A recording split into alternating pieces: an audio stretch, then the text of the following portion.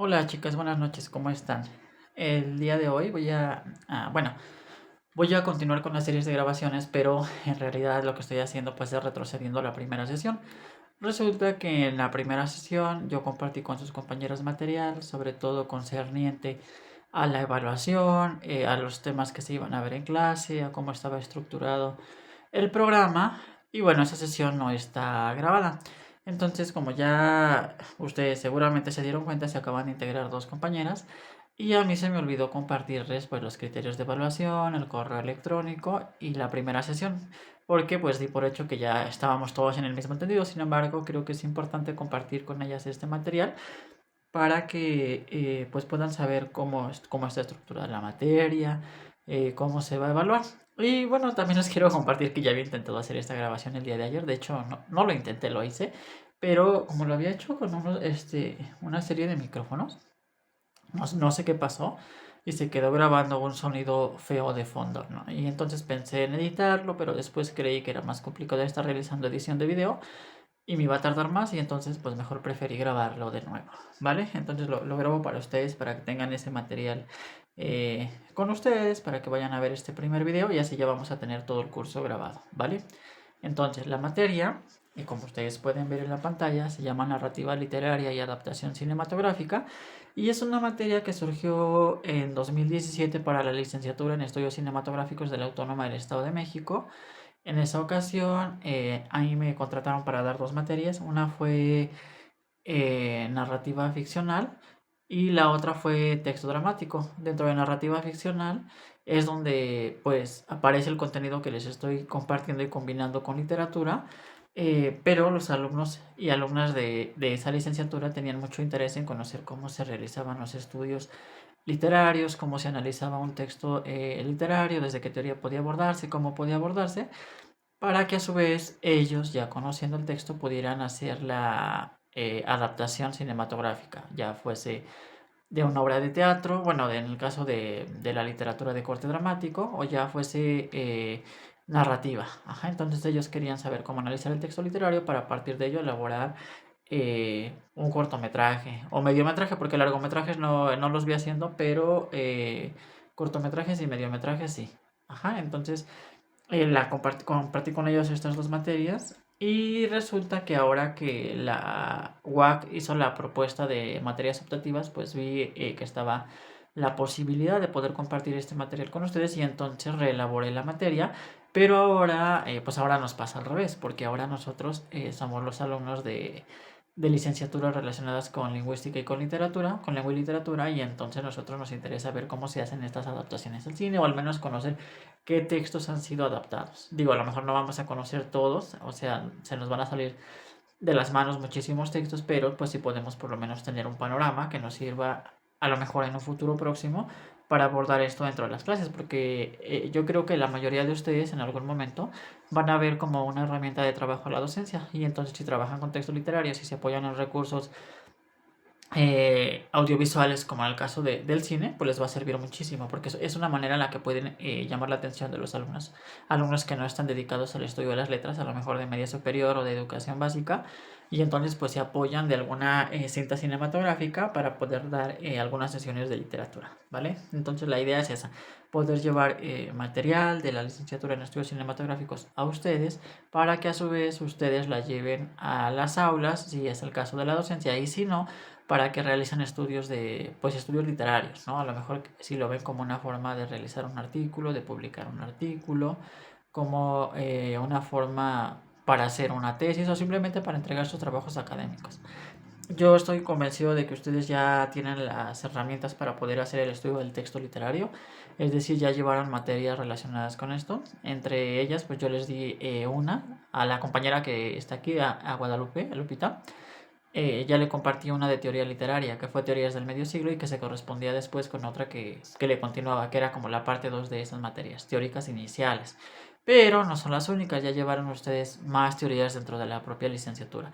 Esto a nivel de la licenciatura en estudios literarios, a nivel pues de la licenciatura, a lo mejor en inglés o en francés.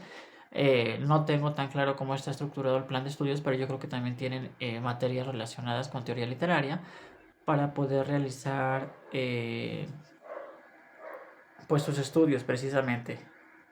Ajá, entonces partiendo de esto, coloqué en esta primera lámina varias ilustraciones. En la parte superior izquierda está la portada de una película de Harry Potter. Ajá, ya no la primera, ya es de las posteriores, pero bueno, la coloqué ahí para que vean ustedes que hay que a partir de un texto, no necesariamente literario en este caso, pero sí a partir de un texto se crea toda la saga de Harry Potter.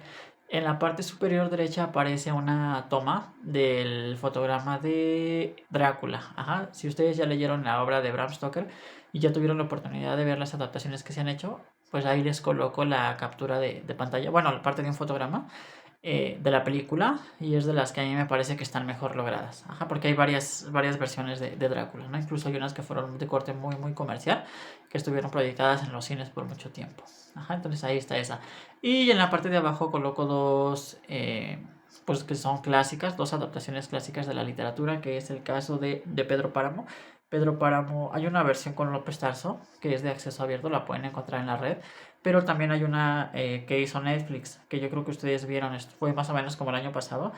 Estuvo también muy en boga dentro de, pues, de las personas que se dedican al estudio de la literatura. O sea, digo muy en boga entre ellos, pero no quiere decir que fuera exclusivo, porque también vi a personas de muchas licenciaturas que estaban viendo la serie. Ajá. Y en la parte central derecha está una toma de Macario también con Ignacio López Tarso. Ajá, que creo que ha sido de las películas pues mejor logradas en México y que tienen como base un texto literario. También ahí se lo recomiendo mucho. Si quieren y tienen el tiempo, vayan a ver Macario porque pues les va a gustar muchísimo. Ajá. Ahora les comparto un poco de mi formación académica. Yo soy licenciado en Letras Latinoamericanas por la Facultad de Humanidades de la Universidad Autónoma del Estado de México. Esta licenciatura ya no existe. Existía solamente en dos lugares, en el Estado de México, en Toluca y en Yucatán. En Toluca ya no existe, ahora es Lengua y Literatura Hispánicas, pero en el caso de Yucatán me parece que esta licenciatura sigue vigente y creo que ya es el único lugar del país donde ustedes pueden encontrarla.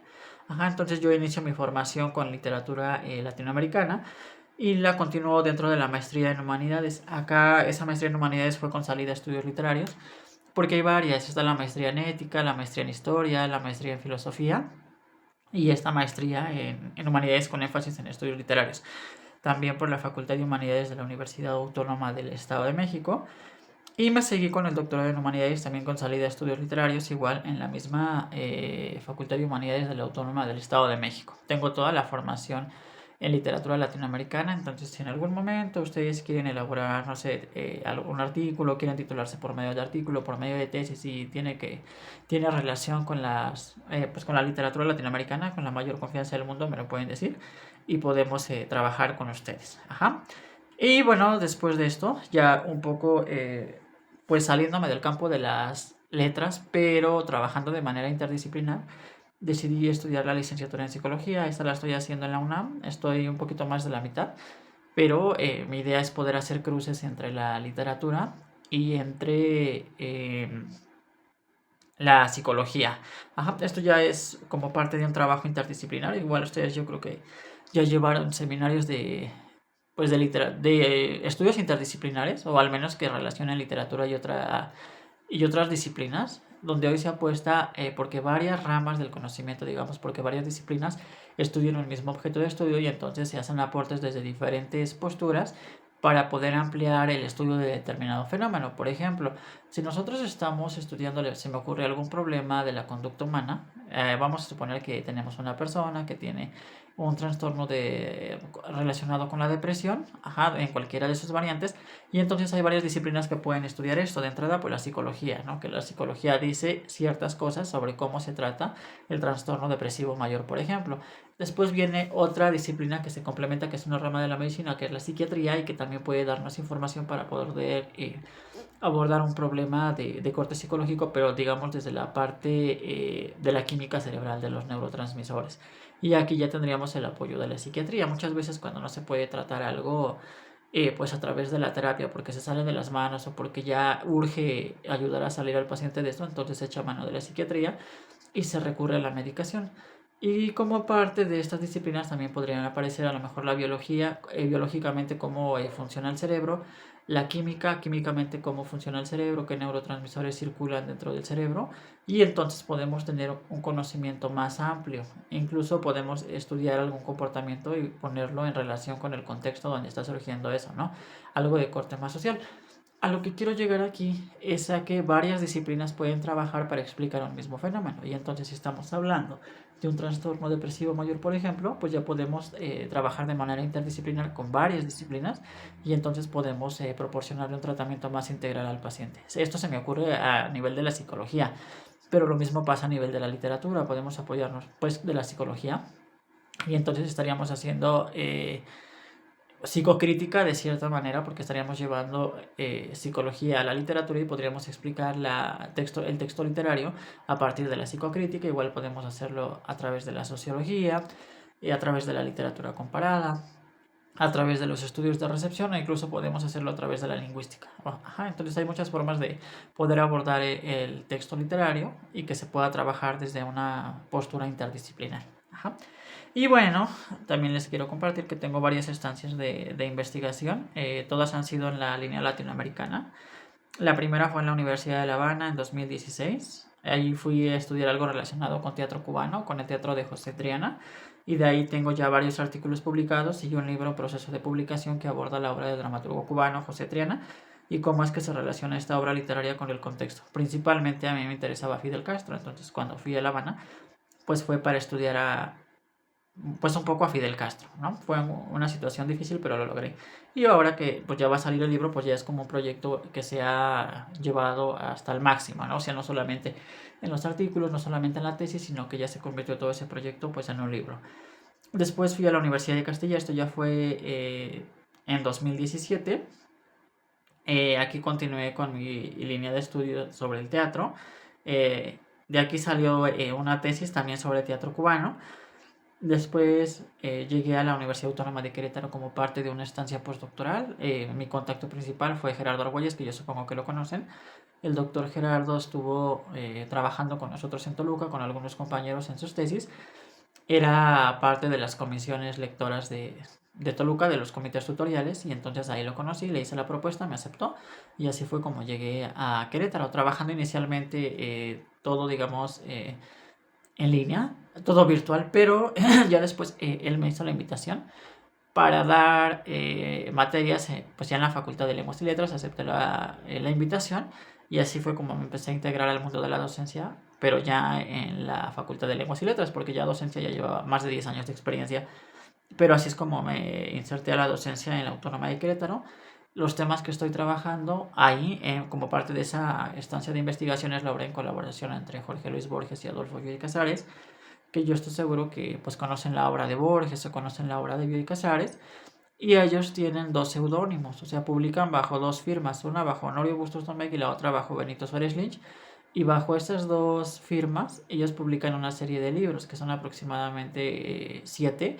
Y bueno, o sea, son 7 textos. Ajá, no necesariamente son super libros, porque hay unos que son más grandes que otros más pequeños, pero tienen esta cadena, digamos, de publicaciones que va de 1942 hasta 1972 más o menos. Ajá, entonces encontramos las primeras publicaciones al nombre de Honorio Bustos Domecq y ya las posteriores al nombre de, bueno, solamente hay dos al nombre de Benito Suárez Lynch. Ajá, por si en algún momento quieren estudiar parte de esta obra colaborativa entre Borges y Bioy Casares, que en su momento no se sabía que eran ellos, sino que se pensaba que eran otros autores latinoamericanos.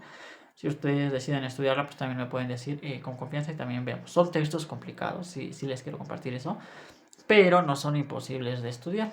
Esto ya lo he abordado pues en varias universidades. He tratado de hacerlo lo más accesible posible, llevándoles material visual para que puedan entender cómo se da esto, porque en una primera lectura puede resultar una lectura fastidiosa, aburrida, complicada, y pues nos puede provocar el rechazo. O sea, que no queramos saber nada más de estas obras en colaboración.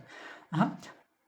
Entonces, bueno, como parte de esta estancia estoy haciendo varios artículos. Ya tengo tres publicados que nacieron gracias a la estancia. Tengo otros 3 que están ya en proceso de publicación.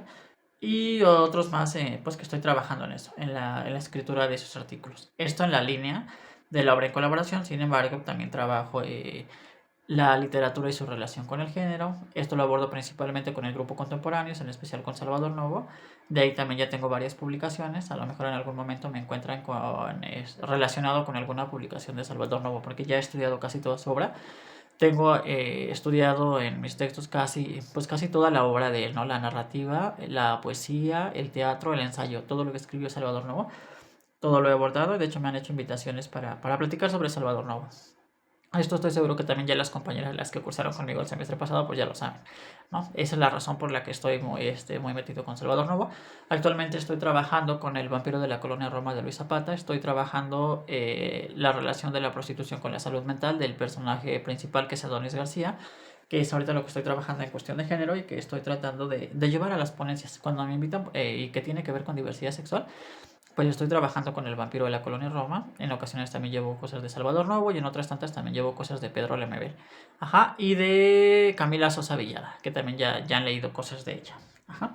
Entonces, mis líneas de investigación son la obra de Jorge Luis Borges, el teatro latinoamericano, la literatura latinoamericana, la historia y la literatura, la psicología y la literatura, el cine y la literatura. Esta es una línea relativamente nueva porque no la tengo tan trabajada como las otras, pero ya he empezado a enfocarme un poquito más en ella.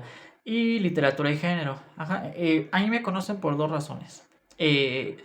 La primera es por los estudios de la obra en colaboración y la otra por los estudios que tengo en literatura y género, las publicaciones, la formación, los cursos que di y bueno, he estado integrado a varios colectivos relacionados con los estudios de género, pero estos han sido de acá, de Toluca. Ajá, entonces digamos que tengo formación en género y estoy tratando de llevarlo pues al estudio del texto literario. Bueno, esto es lo que yo les quiero compartir de lo que estoy haciendo actualmente.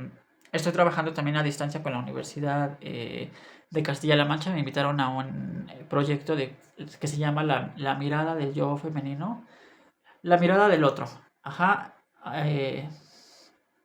A través del yo femenino. Y aquí lo que se está haciendo es ver cómo se ve la figura de la mujer en la literatura, es decir, cómo se ve ese otro femenino, cómo ha sido abordado, cómo se ha estudiado, qué han escrito. Y entonces, como la idea es ver esta descripción que se hace de la mujer dentro de la literatura, pues se ha abierto un campo más o menos amplio dentro de la literatura en inglés. Y aquí principalmente pues es la literatura estadounidense, la literatura inglesa y la literatura que está relacionada con los procesos de colonización, o sea, de las colonias de Inglaterra en, en África y en América del Norte, acá en el caso del continente de nosotros, y también los países colonizados por Francia. Ajá, entonces la idea aquí es estudiar al otro femenino en los procesos de colonización, tanto ingleses como franceses, y se maneja una temporalidad más o menos como de 1880 a 1930. Aquí yo voy a trabajar con un autor que es francés, pero que relata el proceso de colonización en África y entonces escribe una novela que se llama Batuala y ahí es donde yo voy a analizar la figura del otro femenino en esta estancia que pertenece a la Universidad de Castilla-La Mancha desde el concepto de interseccionalidad, cómo se discriminaba en ese momento a las mujeres, una por ser mujeres, por ser pobres, por ser mujeres negras, porque además es lo que estoy tratando yo aquí, a las mujeres negras por pertenecer pues al continente africano, ¿no? O sea, todo lo que puede abarcar la discriminación en este concepto de interseccionalidad. Ajá, y eso es lo más reciente que estoy haciendo a nivel de investigación con universidades extranjeras. ¿Qué me faltó? Aquí me faltó una. Sí, la Universidad de Córdoba, Argentina. Ya fui el año pasado. Y bueno, hice este intercambio. Bueno, no fue un intercambio, más bien esta modalidad porque en Córdoba, Argentina, existe una investigadora que también se dedica a estudiar la obra en colaboración.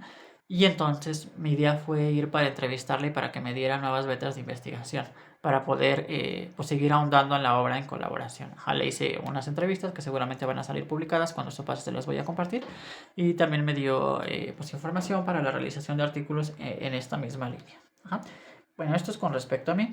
Lo que continuó en la sesión presencial fue que sus compañeras me dieron, pues me compartieron información de qué es lo que están haciendo, qué es lo que les gusta y cuál es la salida que ellas están pensando para ellas laboralmente cuando terminen la carrera. Ajá, pero bueno, hoy no tenemos la sesión en vivo, entonces les comparto esta parte, ya ustedes después me dicen qué hacen ustedes, qué es lo que les llama la atención, qué están haciendo actualmente, cómo se piensan titular. Ajá. Y empezamos este curso, esta sesión 1, que ya fue grabada mucho después, con estas preguntas. Quiero preguntarles qué tanto van al cine y qué tipo de cine ven. Es decir, van una vez a la semana, una vez al mes, cuando las invitan los amigos, cuando las invitan sus familiares, no sé, cuando las invita su hermana, su amiga, ajá. ¿Qué tanto van al cine? Y luego la siguiente pregunta es qué tipo de cine van a ver.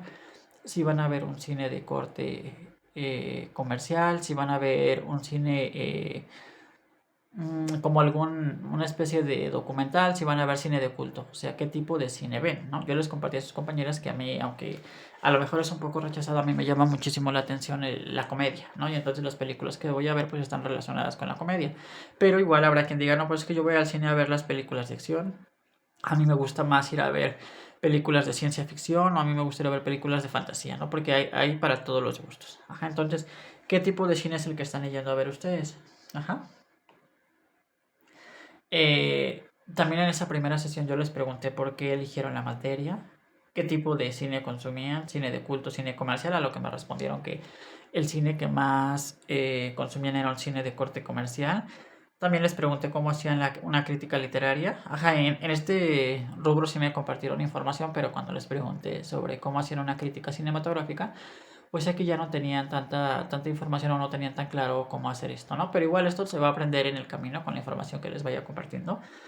Mi ideal es combinar el máximo posible entre pues teoría del cine y teoría de la literatura y después juntas, ajá, para que ustedes puedan realizar estos estudios de corte intertextual o dentro de la literatura comparada si lo quieren ver así.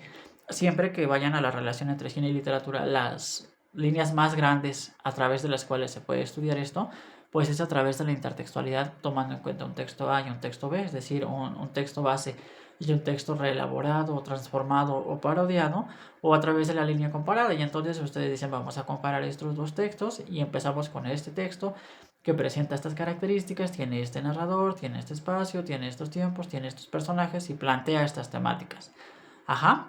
Y entonces, después dicen, bueno, y en el siguiente texto, o sea, el texto B, encontramos su adaptación al cine, donde el director retoma estos elementos, conserva estos elementos, transforma estos elementos. Esa ya va a ser la visión que ustedes le van a proporcionar a un lector que no haya visto o que no haya leído el texto literario, que no haya visto la película, dependiendo. Ajá. Aquí les coloqué como ejemplos de películas que tienen como base un texto literario. Acá a Pedro Páramo, ajá, al Gallo de Oro, incluso ahí tiene el gallo y aparece con Ignacio López Tarso. Ajá, ese fue un guión cinematográfico que hizo Juan Rulfo. Aquí mi idea es que sí lo veamos porque es importante. Se conoce más el Llano en Llamas o se conoce más Pedro Páramo, pero el Gallo de Oro no se conoce tanto. O incluso creo que conocen a Rulfo un poco por la fotografía que hizo, porque son fotografías que han tenido muchísimo peso en la historia de la fotografía y en la historia del cine. Ajá, entonces ahí también. Está la película de Tengo miedo torero que tiene como base el texto de Pedro Lemebel que se llama igual, Tengo miedo torero. Ajá. Está Arráncame la vida, que esa la vimos el semestre pasado con algunas chicas que están aquí en este curso. Ellas la vieron por su cuenta y hicieron precisamente el reporte, pero no leyeron el texto literario, que es la base para esto. Y finalmente 100 años de soledad, que ese sí es un texto súper conocido. E igual, desde mi punto de vista, no es lo mejor que tiene Gabriel García Márquez. Tiene otros textos que son mejores, pero sí creo que, pues aquí ya es cuestión de criterios, porque habrá quien diga, para mí es lo máximo 100 años de soledad. Pero lo que sí quiero decirles es que está la adaptación y que cuando se hizo también fue un caso muy sonado. O sea, todos querían ir a ver 100 años de soledad, todos estaban en Netflix y pues fue algo que fue muy sonado en el mundo de las personas que se dedican a los estudios literarios o que se dedican al menos al estudio de disciplinas relacionadas con las humanidades. Bien, ¿qué vamos a conocer en el curso? Aquí de entrada, pues, ¿qué es el análisis cinematográfico? Los modelos de análisis de una película, las teorías cinematográficas, qué es analizar una película con la teoría del secreto generativo de Lauro Zavala.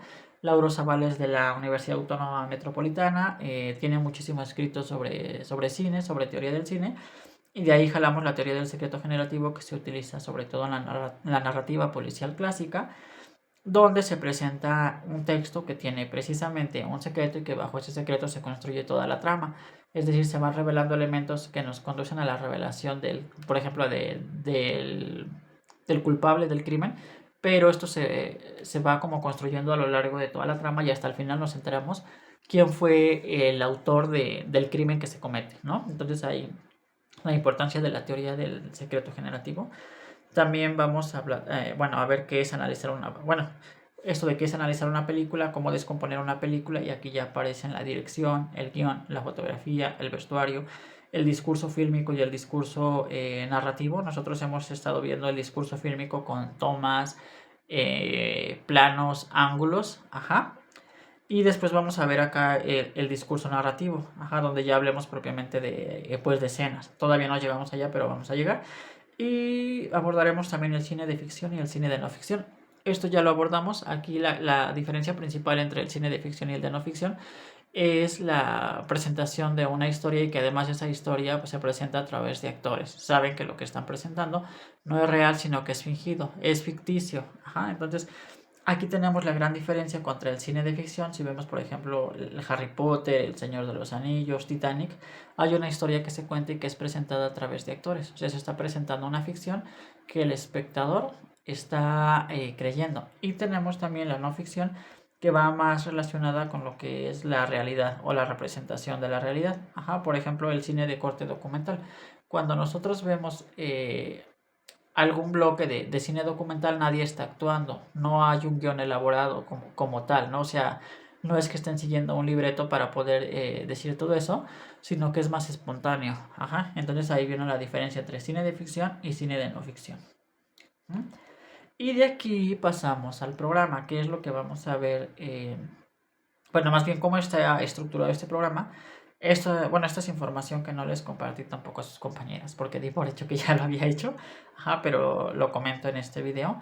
Es una materia optativa que pertenece a la licenciatura en estudios literarios. Es semestral, es escolarizada, pero en línea. Inicialmente se estaban manejando las sesiones los días jueves. Vamos a tener todavía algunas sesiones los días jueves, nos pondremos de acuerdo. Pero después de la propuesta de una compañera de ustedes fue que decidí grabar las sesiones antes para que fuera como el video y el audio de más calidad y entonces ustedes pudieran acceder al material cuando ustedes pudieran. Ujú. Entonces, bueno, esto, bueno, la materia se llama Narrativa Literaria y Adaptación Cinematográfica. También aquí les quería comentar que no es que nosotros vayamos a rodar cortometrajes, ni que vayamos a andar haciendo filmaciones, ni instalando nuestras locaciones, porque no vamos a hacer eso, sino más bien vamos a establecer la relación entre texto literario y texto fílmico. Ajá, esa relación intertextual. Como objetivo general, coloqué el siguiente: el estudiante reconocerá los procesos de adaptación de la literatura al cine a través de la lectura de textos literarios y de la visualización de cintas cinematográficas con la intención de realizar estudios interdisciplinarios durante y después de su formación. Ajá. Esto es muy importante, se van a conocer los procesos de adaptación de la literatura al cine. Aquí siempre va a haber una relación muy fuerte. Muchas de las filmaciones que se hacen han tenido como base pues el texto literario. Ajá. Como objetivos específicos vienen 5. La o el estudiante examinará las relaciones entre literatura y cine a través de la lectura y visualización de cintas cinematográficas. Yo pretendo darles la teoría y pretendo que ustedes por su cuenta vean las cintas cuando sean largas y cuando sean pequeñas las voy a incluir en la propia clase. Es decir, yo voy a conglomerar las grabaciones que a mí me sirven y las voy a presentar de corrido en la grabación de la sesión para que ustedes no tengan que ir a buscarla. O sea, no van a ir a buscar este texto y otro texto más, sino que ya va a quedar pues todo estructurado dentro de la clase para que sea más fácil. Ajá. También aquí decidí no hacer las grabaciones de pues de 2 horas y media o de 3 horas porque sería bastante tedioso, ¿no? Sería muy pesado que tuvieran ahí la atención 2 horas, ¿no? No dudo que puedan hacerlo, pero prefiero que sean sesiones más cortas para que ustedes puedan pues quedarse con la información un poco más clara. Ajá. En el segundo, la o el estudiante examinará las principales manifestaciones teatrales de la época clásica a través de la lectura de textos literarios representativos de la época. Aquí a lo mejor es algo muy ambicioso de mi parte porque igual me fui a hacer todo un recorrido dentro de la historia del teatro. pero ya no vamos a hacer este recorrido ya tan a fondo, sino que vamos a ver temas representativos dentro de los estudios del teatro. Ajá, entonces, porque igual aquí si vamos, por ejemplo, a la literatura griega, a la literatura romana y vemos comedia y tragedia, nos vamos a llevar mucho tiempo. Entonces mejor hacemos una selección de una obra de corte griego y una obra de corte romano y entonces vemos su adaptación al cine y así vamos avanzando dentro de la historia literaria. Ajá. En la 3, la o el estudiante reconocerá la función social del teatro en la época contemporánea a través de debates realizados en clase. Esto cuando tengamos sesión en vivo, ahí sí vamos a platicar un poquito sobre esto. Pero bueno, cuando ustedes van al cine y ven una película, siempre hay una repercusión social en ustedes, porque están viendo algún fenómeno representado, se están identificando o a lo mejor están rechazando lo que están viendo porque hay una relación entre lo que ven en pantalla y lo que viven ustedes de manera real. Allí hay una conexión entre, digamos, de corte social. Ajá, entonces el cine va a tener una función social igual que la tiene la literatura, igual que la tiene el teatro. En el 4, la o el estudiante examinará el contexto, los representantes y ejemplos de la narrativa histórico-ficcional desde la teoría del secreto generativo a través de lecturas teóricas que el profesor proporcionará. Aquí yo les voy a ir proporcionando las lecturas. Yo les doy el texto, se los cargo al grupo, se los cargo al Drive, se los paso pues por WhatsApp. Ustedes hacen la lectura por su cuenta y ya si tienen dudas me escriben al WhatsApp y yo voy aclarando todas las dudas que les vayan apareciendo, sin el mayor problema, ¿no? Y en la 5, el estudiante identificará los conceptos básicos de los estudios interdisciplinarios mediante la lectura y la revisión de referencias teóricas como textos literarios y audiovisuales. Ajá, entonces, aquí ya sale a colación otra vez la importancia de los estudios interdisciplinarios porque pues otra vez estamos trabajando con dos disciplinas, con cine y con literatura. Ajá. Como introducción, coloqué la siguiente, se las comparto. En el área de las comunicaciones, los contextos laborales cada vez son más competitivos. Se requieren de candidatos bien formados en las universidades. Para el caso de los alumnos de la licenciatura en estudios literarios, se pide que tengan conocimientos de redacción, edición y literatura. Se les informa o se les forma más bien para que sean profesionales de la investigación y de la docencia literaria.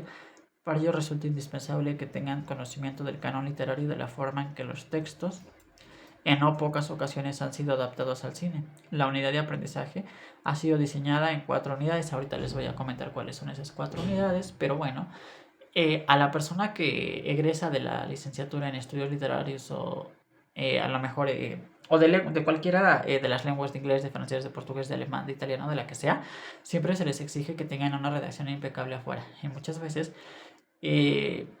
pues nosotros salimos creyendo que escribimos súper bien y de repente nos damos cuenta que todavía falta mucho por pulir, ¿no? Entonces aquí sí les recomiendo que tengan una formación más o menos sólida, que tomen muchos cursos, que hagan todas las preguntas posibles dentro del aula, que lean muchísimo para que salgan lo mejor preparadas posibles ustedes de la carrera de la que estén estudiando.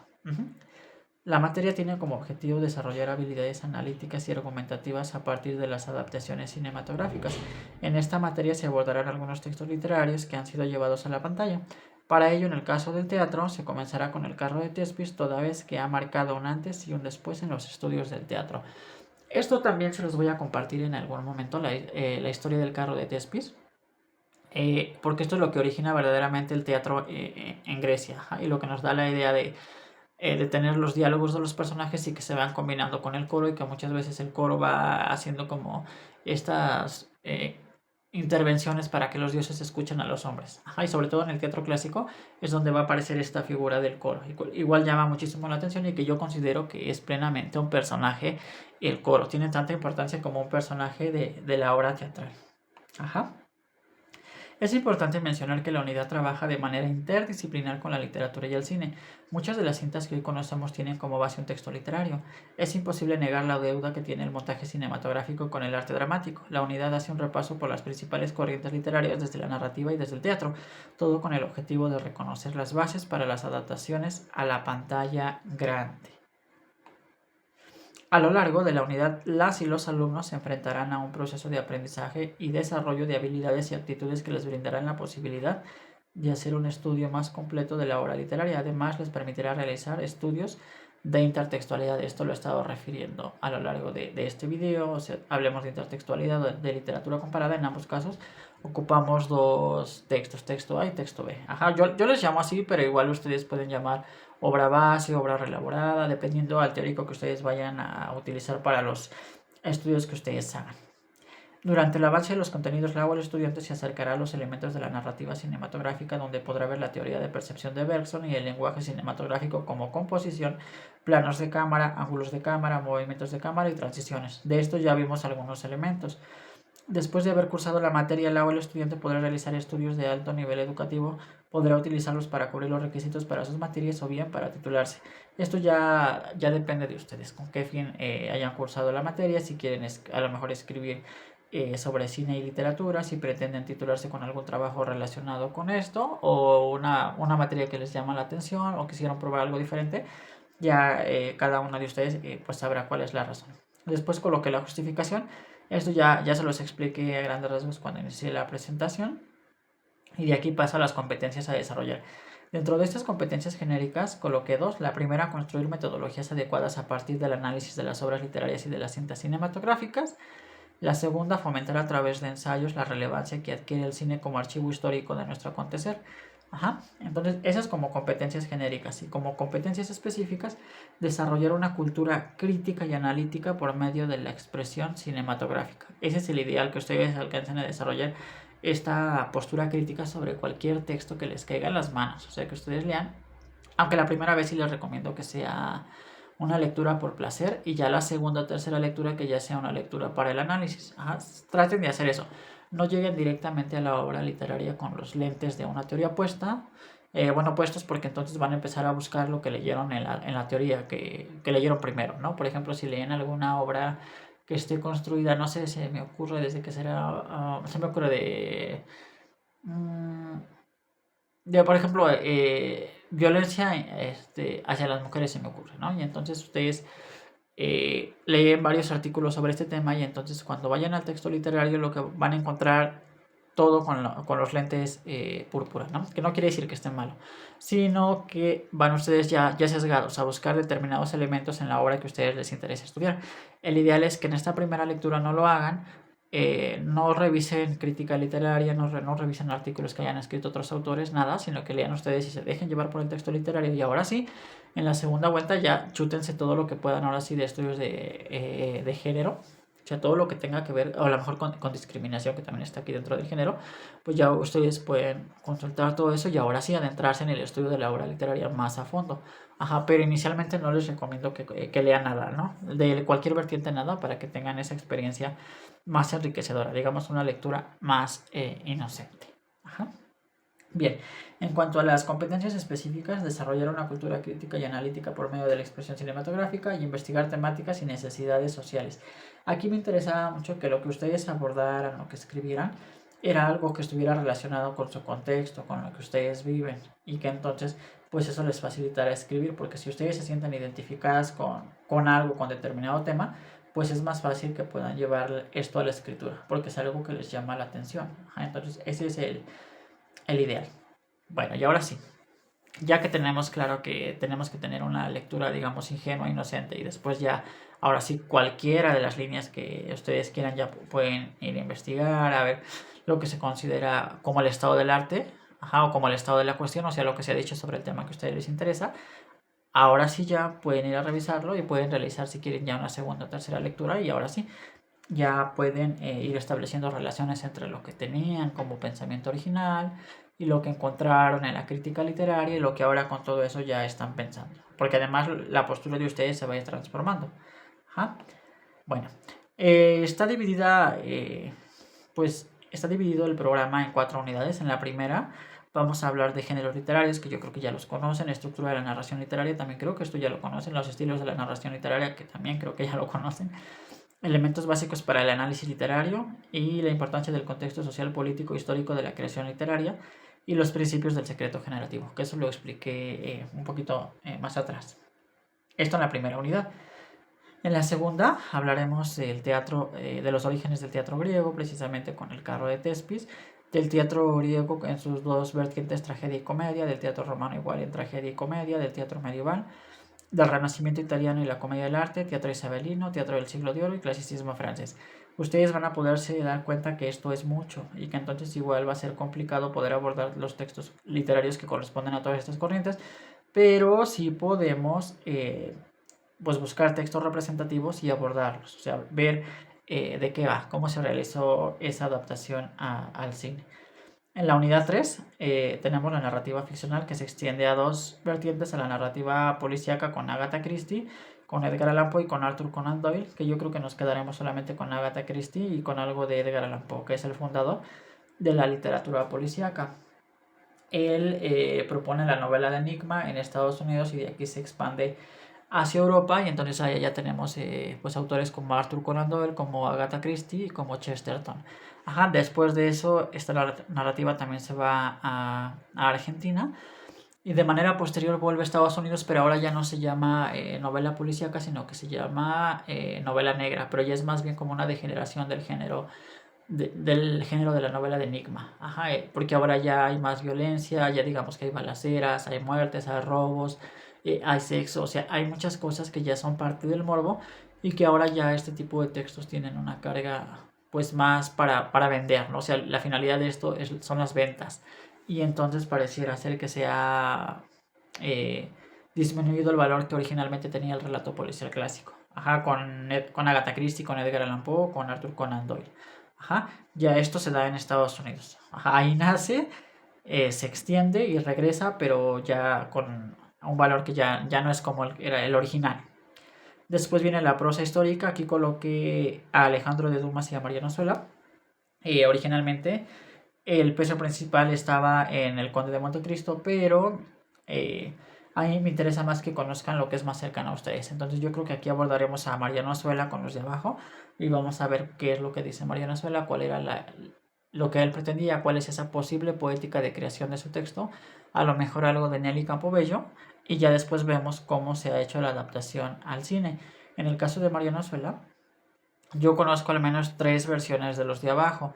Entonces aquí ustedes pueden comparar el texto original con lo que se ha dicho en el texto fílmico. Ya verán ustedes qué se conservó, qué se cambió o bueno, cuál es la postura política del escritor de Mariano Azuela o de los directores de las películas, ajá, las que veamos nosotros.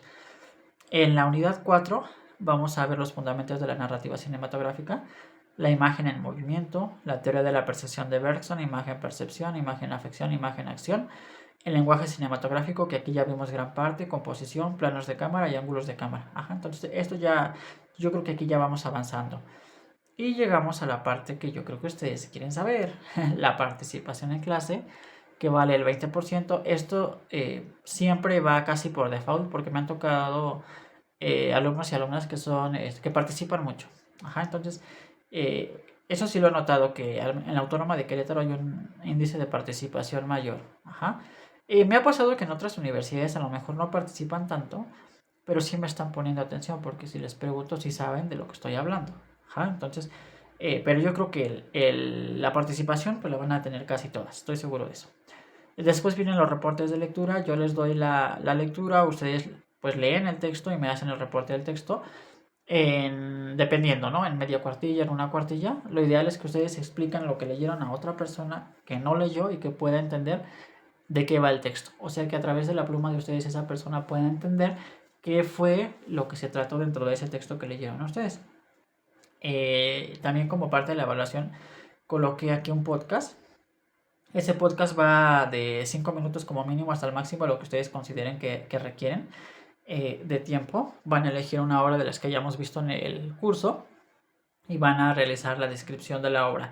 A lo mejor la descripción de la obra, del texto literario y cómo se llevó la adaptación hacia el cine, y lo van a abordar a través de ese podcast. Mi idea es que podamos conjuntar todos y entonces podamos pues tener los capítulos de un podcast, ¿no? Que a lo mejor, no sé, son 7 capítulos o son 6 capítulos, y la idea es que lo podemos tener de acceso público, ¿no? Ya que cualquier persona quiera pueda entrar, pues ahí está. Eso igual ya se los voy a preguntar en ese momento, pero yo creo que es una buena opción. Ajá. Y un examen del 20%, igual esto va a ser acumulativo, yo voy a retomar las preguntas de todas las sesiones que he ido grabando y entonces ya me pongo de acuerdo con ustedes para saber cómo les paso el examen, si lo hacemos a través de Google Forms, si lo hacemos a través de Classroom o si se los doy, lo contestan y lo escanean y me lo mandan. Ya ese acuerdo ya lo tomamos, pero tendría un valor del 20%.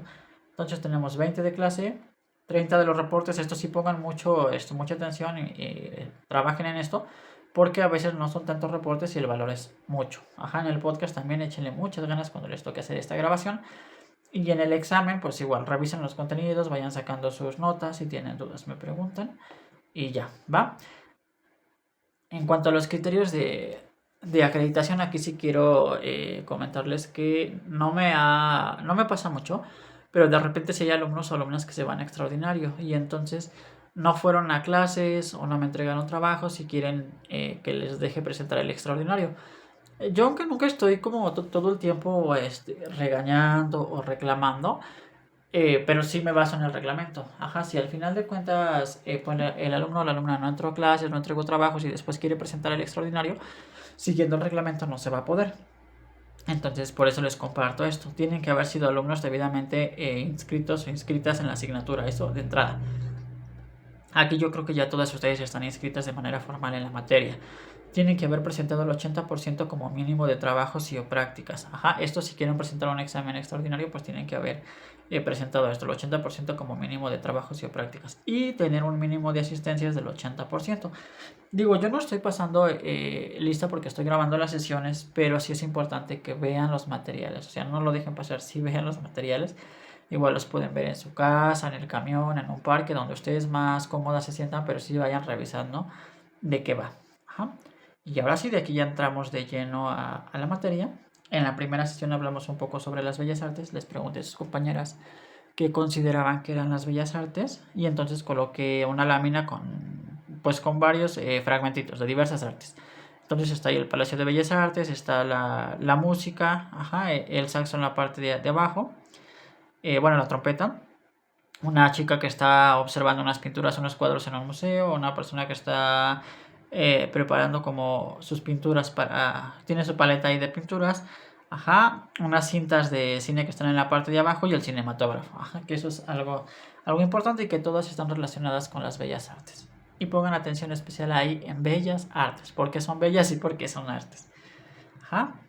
Entonces, bueno, aquí también quiero compartirles que hay veces que busco información de la red que a mí me parece muy pertinente y la traigo para ustedes, pero sería una falta de ética si la copio directamente y no les digo a ustedes de dónde la saqué, porque me estaría yo robando el crédito del autor o la autora. Entonces, cuando sea así, yo le tomo captura de pantalla el texto de donde sale la información y se los comparto a ustedes para que vayan a investigar. Ajá. Entonces ahí está la captura de donde salió parte de la información que viene a continuación. Ajá, y empezamos hablando de las bellas artes. Cuando alguien les pregunta a ustedes qué son las bellas artes, seguramente van a pensar en la arquitectura, la escultura, la pintura, la música, la literatura, la danza y el cine. E incluso hay quien va a decir que también en el teatro. Y el teatro efectivamente es una de las bellas artes, pero está incluido dentro de la literatura. Ajá, porque pues la base del teatro es el texto literario y entonces entra dentro de la literatura. Estas son, digamos, las artes mayores, las artes que se consideran bellas artes y que además vienen de una concepción del Renacimiento, de una concepción europea de lo que se considera como arte y que es lo que se mantiene vigente actualmente. Ajá, entonces de aquí hablamos de arte y de naturaleza. Cuando hacemos la diferenciación vamos a notar que el arte involucra un proceso de creación, o sea, hay un autor o una autora detrás que ha creado algo y que lo ha creado con una finalidad, pero que esa finalidad a lo mejor no es de, bueno, según la teoría dice que no debe de ser una intención de corte económico, o sea, no debe ser una intención pues de distribución económica de la pieza, de la que sea, ¿no? Sin embargo, yo creo que esto lo podemos poner en tela de juicio. Ajá, porque sí involucra un proceso de creación, todas las artes lo involucran, pero ahí ya hay como libertad de la persona que crea entre vender la obra o hacerla con fines económicos o no. Eso ya va a depender de ella, ajá, y pues va a realizarse con una intención o con una función que en la mayoría de los casos, en la mayoría es de corte estético, debe provocar algo agradable dentro del espectador. O sea, en todos los casos, si ves una obra de teatro, si lees una obra literaria, si ves una pintura, si escuchas alguna pieza musical o ves alguna película, tiene pues una parte estética. Ajá, entonces eso es importante. Después, cuando hablamos de naturaleza, aquí estamos hablando de objetos naturales que son efectos de la naturaleza. Ajá, lo que nosotros podemos ver y que podemos captar, no sé, un árbol, vemos una rosa, vemos el aire que corre y que hace que el pasto se mueva, por ejemplo, eso es parte de la naturaleza. Y ahí pues no tenemos propiamente una intención de creación. Según las ideas que nosotros tengamos o las creencias religiosas, vamos a pensar que sí, hay un autor detrás de todo eso. Pero esto ya es una cuestión más espiritual, más religiosa. Ajá, no meramente un autor creador físico como en el arte. Ajá. Y esos objetos naturales parecen haber sido diseñados con una intención, pero no hay en realidad ninguna intención o acción libre detrás de ellos. O sea, no sabemos cómo es que esto fue creado, para qué fue creado, ni cómo fue creado. Tenemos una posible noción de cómo pudo haber sido, pero no tenemos la certeza. Ajá. Y bien, aquí viene la diferencia entre arte y ciencia. Cuando hablamos de arte, hablamos de la producción de objetos artísticos y se requiere tener un talento técnico además de conocimiento. Con esto nació ahí un debate en la primera sesión, porque yo les preguntaba si creían que la persona que realizaba arte tenía el talento nato o lo iba desarrollando, y me dijeron que podía ser de las dos formas, una que sí nacía ya con el talento y otra que lo desarrollaba a partir de ciertas técnicas y entonces pues se convertía en un pintor, en un dramaturgo, en un escultor, en un arquitecto, ajá, en un literato. Ajá, entonces eso pues no necesariamente es pura técnica ni necesariamente es un talento nato. Ajá, o se pueden dar de las dos. También aquí les he preguntado a veces a los alumnos, a las alumnas, por qué van a letras y me dicen que porque quieren ser escritores o escritoras. Y resulta que pues para que sean escritores o escritoras no necesariamente tienen que estudiar literatura. O sea, eso lo puede hacer una persona sin estudiar la carrera. Ajá. Puede ser que ayude, sí, pero no necesariamente porque estudias letras vas a ser un escritor o un gran escritor. Ajá. Entonces, y aquí también me parece oportuno comentarles que si ustedes quieren escribir teatro, lean teatro. Si quieren escribir poesía, lean poesía. Porque de repente ya hay personas ahí que dicen, no, es que yo ya tengo mi obra, yo ya creé mi obra de teatro y yo ya escribí mi poemario. Pero de repente cuando les preguntas, ¿y cuáles son tus poetas favoritos? ¿Cuál es la poesía que no te gusta? ¿Qué es lo que has leído de poesía? Y te dicen, no, es que no me interesa. No, o sea, ¿cómo? Si ya te convertiste en una persona, bueno, en un escritor, quieres ser un escritor, te estás convirtiendo en ese escritor y no lees poesía, no lees teatro, pues no es creíble, ¿no? O sea, no podemos dar ese saltote de llegar a la cumbre de la fama sin ponernos a estudiar lo que nosotros pretendemos escribir. Ajá, no es como regaño, es más bien como una recomendación de que si ustedes quieren escribir tal cosa, empiecen por leer sobre eso, lo más que puedan para que puedan formarse un criterio y para que puedan ver, tener como influencias, a lo mejor renovar cosas, ajá, pero que sí conozcan de lo que están escribiendo. Y de aquí viene la diferenciación entre arte y artesanía. El arte es libre, da placer por sí mismo y tiene un valor intrínseco. No tiene otro propósito y es hecho para ser contemplado. Ajá, esto principalmente con un fin estético. Aquí, cuando se dice que su valor es intrínseco, se hace referencia a que no hay un valor extrínseco, como por ejemplo el factor económico. Sin embargo, esto es debatible, porque no todos los artistas hacen las cosas por amor al arte. Muchas veces tienen el talento y entonces, pues de alguna manera tienen que adquirir una entrada económica. Y entonces, pues viene la parte monetaria. Y cuando hablamos de artesanía, hablamos de objetos producidos por consideraciones extrínsecas, potencialmente eh, fuentes de ingresos y para satisfacer ciertas necesidades, ¿no? Entonces, pues bueno, aquí eso de la fuente de ingresos es subjetivo. Lo que sí me parece es que hay una diferenciación entre arte y artesanía. Pareciera ser que las artesanías mexicanas no alcanzan la categoría de arte y sin embargo son la parte de arte. Entonces, ¿qué está pasando aquí? Que tenemos la concepción de arte que viene del mundo occidental y que además es muy excluyente y que excluye a ciertas personas y excluye muchas piezas y que no les da la categoría de arte. Y entonces aquí tenemos lo que sí puede ser considerado arte y lo que es la artesanía. Por ejemplo, si hablamos del barroco y les pregunto a ustedes, ¿dónde han visto barroco? Y a lo mejor van a pensar en el barroco de la Catedral de Zacatecas, en el barroco que está en la Catedral de Querétaro o en el de la Catedral de la Ciudad de México, pero a lo mejor no sería tan fácil que ustedes me dijeran que han visto barroco en Santa María Tonantzintla, Puebla. Ajá.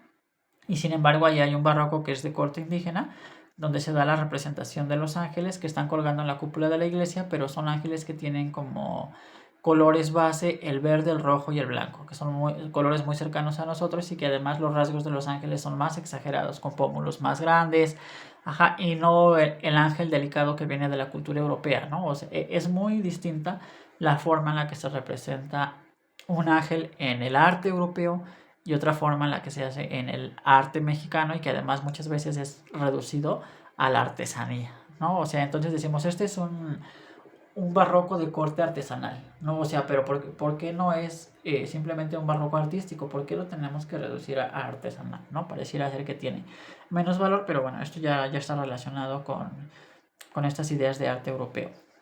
Después, ahora sí, ¿qué son las bellas artes? Las bellas artes son las disciplinas con las que la tradición académica occidental ha definido sus principales formas de realización artística o representación estética. Son consideradas formas puras de arte por procurar la belleza como un fin en sí mismo, sin un propósito utilitario. Aquí les dejo a petición de ustedes, ¿qué tanto puede ser verdad?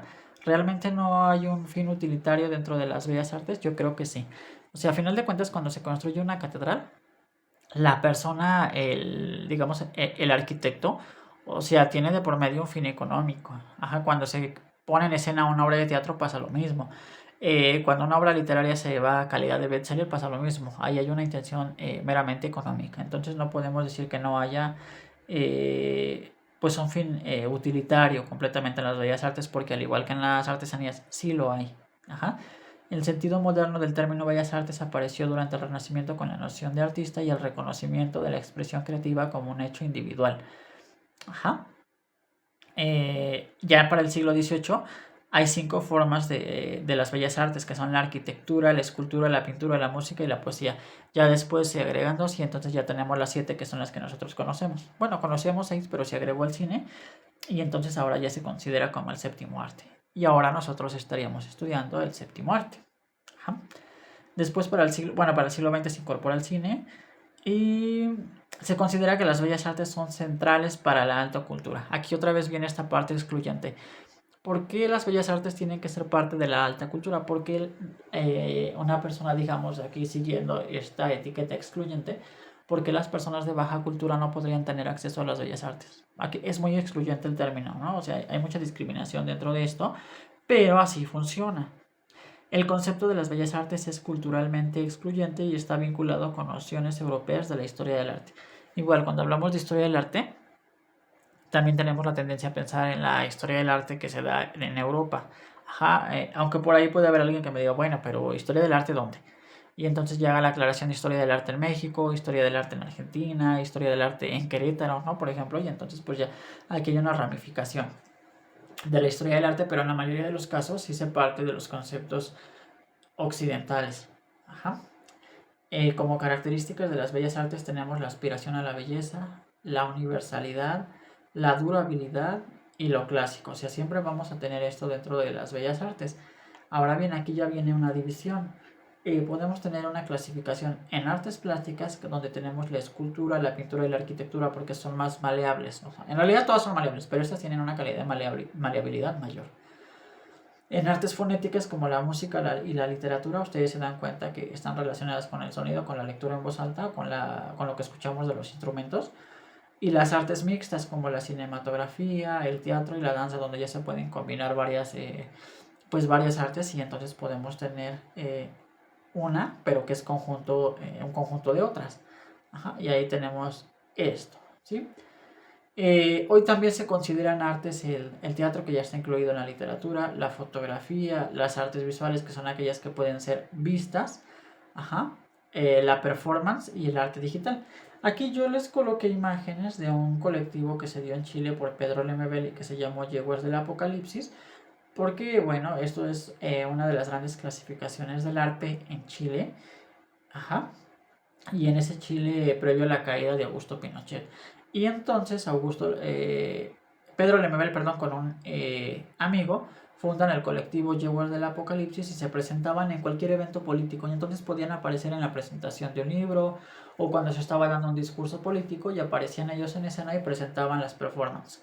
Ajá, y entonces, bueno, aparte son dos hombres, o sea, es Pedro Lemebel y es su amigo y no se presentan como los caballos del apocalipsis, sino que buscan algo más retador y se hacen llamar las yeguas del apocalipsis, o sea, como esta parte final, esta parte de cambios, y que además fue pues, algo muy retador para esta sociedad chilena de esos años, ¿saben? Entonces ahí coloqué eso como ejemplo. Ajá, aquí vean, o sea, aparecen desnudos Pedro Lemebel y su amigo, ajá, en una yegua precisamente en Chile previo a la caída de Pinochet. Ajá, y se llaman las yeguas. Ajá, que hablando en términos de la comunidad LGBT, eh, la visibilización ya existía, pero no era bien vista. Y entonces aquí hubo muchísima discriminación por parte de Pinochet, que públicamente no se decía homofóbico, pero sí tenía muchas acciones que iban en contra de la comunidad. Y entonces aparecen estas performances que hace Pedro Lemebel con el amigo. Vean aquí. Está la Comisión Chilena de Derechos Humanos y entonces aparecen ellos dos en escena. Ajá. Y bien, de aquí llegamos a qué es el cine. Esto ya lo abordamos en dos videos que son posteriores a este, pero también les pregunto a ustedes, ¿qué consideran que es el cine? ¿El cine como una de las bellas artes o el cine como el lugar físico a donde vamos a ver las películas? Y coloqué aquí pues las dos de las principales cadenas del cine en México, Cinépolis y Cinemex. Ajá, yo creo que en cualquiera de los dos ustedes han estado ahí, ¿no? Esta de Cinépolis es originaria de unos hermanos de Morelia y de ahí se hace como todo este imperio del cine. Pero igual lo que a ellos les produce todo este efecto económico no es tanto la proyección de la película o cobrarte las entradas porque vayas al cine, sino que les compres las palomitas y los refrescos y todo lo que consumas ahí. El verdadero negocio para ellos es la venta de alimentos. ¿Mm? Y aquí también les pregunté cómo se divertía la gente antes del cine, porque igual no siempre hubo cine, entonces antes las personas iban al teatro, era un lugar de sociabilización, de compartir, un lugar pues también para el chisme, y entonces pues el teatro era como ese lugar social donde se encontraba la gente, para descansar, para disfrutar y para compartir mucha información, y entonces a mí se me ocurrió colocar aquí pues tres de los grandes teatros, el Teatro Colón que está en Argentina, que es una pieza arquitectónica preciosa, ajá, y donde pues se dan los grandes eventos del teatro, pero en Argentina. Después coloqué el teatro que está en Guanajuato, que yo estoy seguro que conocen este teatro. Cuando van a lo mejor al Cervantino, pues ahí ven, ¿no? Este teatro que tiene como un corte neoclásico. Ajá. Y acá de este lado está el Teatro Degollado que está en Guadalajara. Ajá, o sea, los puse ahí porque son teatros representativos. No quiere decir que sean los únicos, pero sí son teatros pues que son bastante conocidos en el mundo. Igual en Querétaro ustedes tienen el Teatro de la República, o acá en Toluca pues tenemos el Teatro Morelos, ¿no? Que son donde se realizan los eventos teatrales masivos, los más grandes, de corte comercial, de hecho. Ajá. Entonces, ¿cómo se divertía la gente antes? Pues a través del teatro, a través de los espectáculos en vivo, a través de la lectura de libros. Ajá. Y hoy han cambiado las formas de divertirnos y a lo mejor hoy vamos al cine, o vamos, no sé, se me ocurre al boliche, o vamos a bailar, o vamos a cantar, o hacemos deporte. Hay muchas formas de hacerlo hoy. Pero una de ellas fue el teatro y el teatro es lo que da la evolución porque se retoman elementos del teatro para llegar a la concepción de lo que hoy conocemos como cine. Entonces, ahora sí, ¿qué es el cine? Aquí se me ocurrió colocarles varias imágenes de Sara García. No sé si la conocen, pero fue una mujer que perteneció al cine de oro mexicano. Aparece en producciones con Pedro Infante en esta época dorada del cine mexicano. Y entonces ella es como una abuelita LGBT, porque en su época ella nunca se declaró abiertamente lesbiana, pero sí pertenecía a la comunidad. Tuvo una, digamos, una vida muy, muy tranquila. Su vida estuvo fuera de las cámaras y entonces lo que conocemos de ella es el trabajo, pero hoy se sabe que sí tuvo muchísima influencia, muchos aportes a la comunidad LGBT. Ajá, aunque hoy sea, pues, digamos, la abuelita más querida de México dentro de las marcas comerciales. Bueno, al menos en el caso del chocolate abuelita, porque se inspiraron en ella. Ajá, entonces la coloqué ahí. Tenemos también acá películas con María Félix, con La Doña, que también son partes del cine de oro mexicano, con Silvia Pinal, que están en la parte central de la lámina, y luego en la parte inferior derecha está otra vez Sara García, pero ahora ya acá dentro del fotograma de alguna de las cintas que ella protagonizó. Ajá, entonces, ¿qué es el cine? Cuando pregunto esto me han respondido varias cosas, que es una mezcla con otras artes, que es una narrativa, que es una industria, que es un fenómeno social, o que es una herramienta ideológica en el caso de los nacionalismos y como en el caso de México, esta etapa del cine dorado en México, pues es un cine de corte nacionalista, donde se exaltaba la figura de la mujer, que era femenina, que atendía a su hombre, o en el caso de la figura del hombre, pues era el supermacho mexicano, con poder, con mal carácter, ¿no? Que fue el estereotipo que se vendió de hombre y de mujer de esa época, y los roles de género bastante marcados, pero pues pertenecieron a esta etapa dorada del cine mexicano. Hoy podemos verlo ya desde una mirada deconstructiva, y entonces podemos decir, no, bueno, pero esto no debió ser así, esto estaba mal, esto era violencia o muchas cosas, pero porque lo estamos viendo ya desde el contexto actual, ¿no? A lo mejor en su momento se sabía que era algo violento, pero se había normalizado. Y eso lo vemos mucho en el cine de oro mexicano, cuando vemos las producciones que tienen como base los textos de Mariano Sola, pues ustedes se van a dar cuenta. Ahora sí, ¿qué es el cine?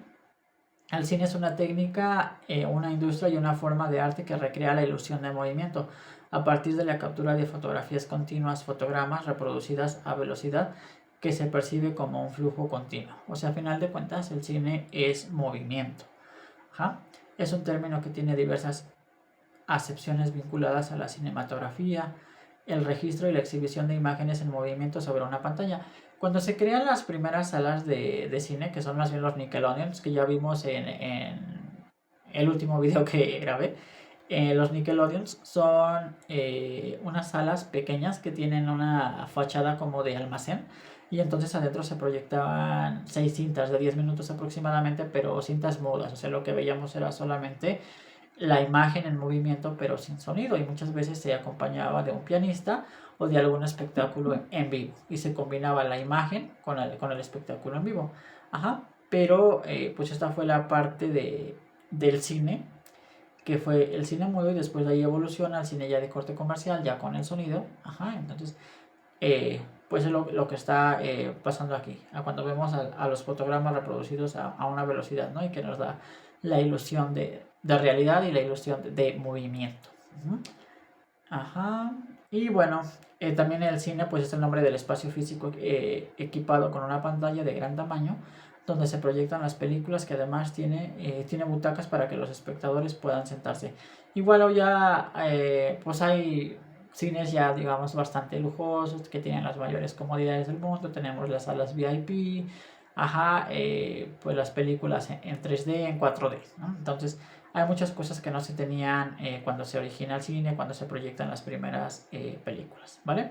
Y bueno, esto es lo que pertenece a la primera sesión. Ya a partir de la segunda ya empezamos a hablar del soprasiscopio, del kinetoscopio y del cinematógrafo, pero eso ya lo pueden encontrar en los videos que ya están grabados, en el segundo, en el tercero y en el cuarto. Entonces, hasta aquí cortamos esta primera sesión. La voy a dejar para que ustedes la puedan consultar, y de ahí ya pueden avanzar a las que vamos grabando. Igual si tienen dudas me pueden escribir al WhatsApp. Y bueno, cortamos aquí y nos vemos en el siguiente video.